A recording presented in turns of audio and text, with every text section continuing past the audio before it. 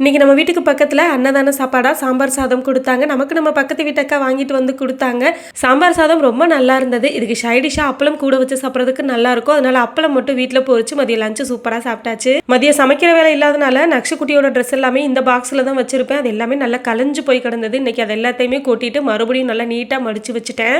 ரஃப்யூஸ் dress மட்டும்தான் இந்த அட்டை பாக்ஸில் வச்சிருப்பேன். நியூ ட்ரெஸ் எல்லாமே பீரோவில் வச்சிருப்பேன். ஒரு பாக்ஸில் டி ஷர்ட்டு பேண்டிஸ் எல்லாம் வச்சிருப்பேன். இன்னொரு பாக்ஸில் ரஃப்யூஸ் ட்ரெஸ் எல்லாம் வச்சிருப்பேன். அந்த குட்டி பாக்ஸில் கொஞ்சம் நியூவாக இருக்கிற ட்ரெஸ் எல்லாம் வச்சிருப்பேன். இது எல்லாமே ஹாலில் இருக்கிற செல்ஃபில் தான் வச்சிருப்பேன். அப்போ தான் டக்குன்னு எடுத்து யூஸ் பண்ணுறதுக்கு ஈஸியாக இருக்கும். முந்தா நாள் ஒரு வாழைக்காயில் பாதி வாழைக்காயை பொரியல் பண்ணிட்டு பாதி எடுத்து வச்சிருந்தேன். இன்னைக்கு ஈவினிங் ஸ்நாக்ஸுக்கு அந்த பாதியை கட் பண்ணி பஜ்ஜி போட்டு சாப்பிட்டோம். பஜ்ஜி செய்ய ஸ்டார்ட் பண்ணும்போதே பக்கத்து வீட்டக்கா கேட்டாங்க கோவிலுக்கு போயிட்டு வரலாமான்னு. சுட சுட பஜ்ஜி போட்டு ஆளுக்கு ரெண்டா வச்சு சாப்பிட்டுட்டு சூடா டீயும் போட்டு குடிச்சிட்டு கோவிலுக்கு கிளம்பிட்டோம். நக்ஷுக்குட்டி பஜ்ஜி மெதுவாக தான் சாப்பிட்டுட்டு இருந்தா. அதனால அவளுக்கு ஒரு 2 பஜ்ஜியை பாக்ஸில் போட்டு எடுத்துட்டு கிளம்பிட்டேன். அவளும் கோவிலில் உட்காந்து சாப்பிட்டுட்டு இருந்தா. நாளைக்கு விளாக்ல பார்க்கலாம். டாடா.